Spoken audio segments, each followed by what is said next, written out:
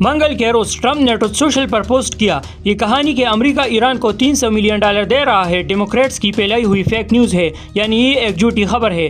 اسی دن بلومبرگ نے ایک دستاویز شائع کی جس کے بارے میں اس کا دعویٰ ہے کہ یہ امریکہ اور ایران کے درمیان ہونے والے معاہدے یعنی MOU کا مکمل متن ہے۔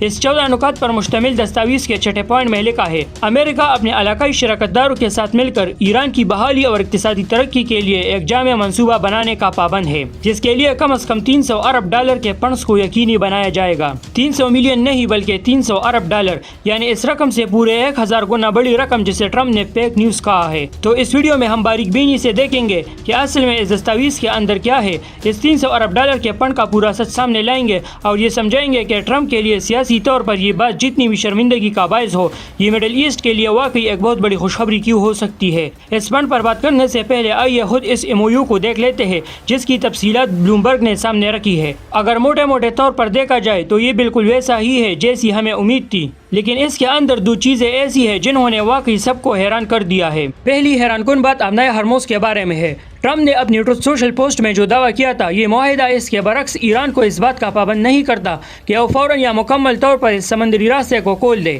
اس کے پوائنٹ 5 میں صرف یہ کہا گیا ہے کہ ایران 30 دنوں کے اندر خلیج فارس سے بحیرہ عمان اور وہاں سے واپسی کے لیے تجارتی جہازوں کی آمد و رفت کو دوبارہ شروع کرنے کے لیے اقدامات کرے گا، تاکہ اس دوران راستے کی تکنیکی رکاوٹیں ہٹانے اور سمندری مائنز کو ناکارہ بنانے کا کام پورا کیا جا سکے۔ اب ذرا غور کریں کہ یہاں کس چیز کا ذکر غائب ہے۔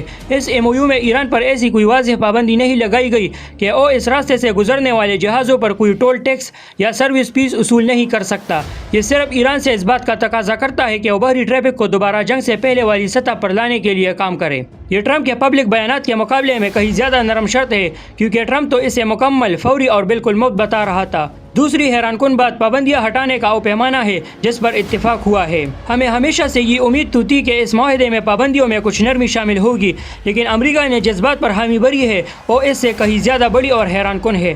پوائنٹ 7 کے مطابق امریکہ ایران پر لگی ہر قسم کی پابندیاں ختم کرنے کا پابند ہوگا، جبکہ پوائنٹ 11 کہتا ہے کہ فائنل معاہدے کی طرف پیش رفت کو دیکھتے ہوئے ایران کے جتنے بھی فنڈز اور اثاثے منجمد یا بلاک ہے، انہیں بحال کر کے پوری طرح ایران کے حوالے کر دیا جائے گا۔ اب ظاہر ہے کہ بہت کچھ اس بات پر منحصر ہے کہ آگے کے مذاکرات کس رخ پر جاتے ہیں، لیکن اصولاً اس بات کو مان لینا کہ امریکہ ایران پر سے تمام پابندیاں ہٹا لے گا اپنے آپ میں ایک بہت بڑی رعایت ہے، چاہے آگے چل کر اس پر جیسے بھی عمل کیا جائے۔ تیسری اہم بات جس پر غور کرنا ضروری ہے وہ ہے پوائنٹ 4۔ اس کے مطابق فائنل معاہدے کی منظوری اقوام متحدہ کی سلامتی کونسل یعنی UN سیکیورٹی کونسل کی ایک ایسی قرارداد کے ذریعے دی جائے گی جو سب پر لازم ہوگی۔ سلامتی کونسل اقوام متحدہ کا واحد ادارہ ہے جس کے فیصلے تمام 193 رکن ممالک ماننے کے پابند ہوتے ہیں۔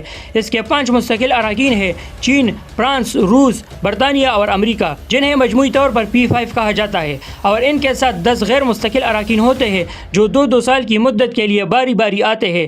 کسی بھی قرارداد کو پاس کرنے کے لیے کم از کم 9 اراکین کے حامی ووٹوں کی ضرورت ہوتی ہے، اور شرط یہ ہے کہ P5 میں سے کوئی بھی ملک اسے ویٹو نہ کرے۔ اب یہاں دلچسپ بات یہ ہے، اصل JCPOA یعنی اوباما کے دور میں ہونے والی ایران نیوکلیئر ڈیل کی منظوری بھی اقوام متحدہ کی سلامتی کونسل کی قرارداد کے ذریعے ہی دی گئی تھی، لیکن اس کے باوجود ٹرمپ نے 2018 میں ایک طرفہ طور پر اس سے الگ ہونے کا فیصلہ کر لیا تھا۔ اس لیے اب یہ دیکھنا اہم ہوگا کہ کیا اقوام متحدہ اس بار کی قرارداد کو زیادہ مضبوط اور پائیدار بنانے کی کوشش کرتا ہے تاکہ امریکی حکومت کو مستقبل میں دوبارہ ویسا ہی یک طرفہ فیصلہ کرنے سے روکا جا سکے جس نے پچھلی ڈیل کو ختم کر دیا تھا۔ خلاصہ یہ کہ بلومبرگ کا شائع کردہ یہ MOU کئی معنوں میں توقعات سے کہیں زیادہ بڑا اور حیران کن ہے۔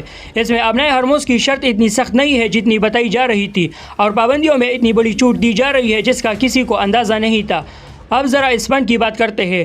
یہ چیز ٹرمپ اور ریپبلکنز کے لیے سیاسی طور پر کافی مشکل ثابت ہونے والی ہے، اور اس کی وجہ بالکل صاف ہے۔ ٹرمپ نے سالوں تک بائیڈن پر صرف اس بات کے لیے کڑی تنقید کی تھی کہ اس نے ایک مغویوں کی ڈیل کے تحت ایران کے منجمد کیے گئے $6 ارب بحال کیے تھے۔ ٹرمپ تو خود ہمیشہ سے ایران پر زیادہ سے زیادہ دباؤ اور سخت ترین پابندیاں لگانے کا حامی رہا ہے۔ ایسے میں ایران کی تعمیر نو یعنی ریکنسٹرکشن کے لیے $300 ارب کا عزم ظاہر کرنا اس کے پچھلے ریکارڈ سے بالکل میل نہیں کھاتا۔ لیکن یہاں ایک اہم باریکی ہے جو اس پوری بات کو دیکھنے کا زاویہ بدل دیتی ہے۔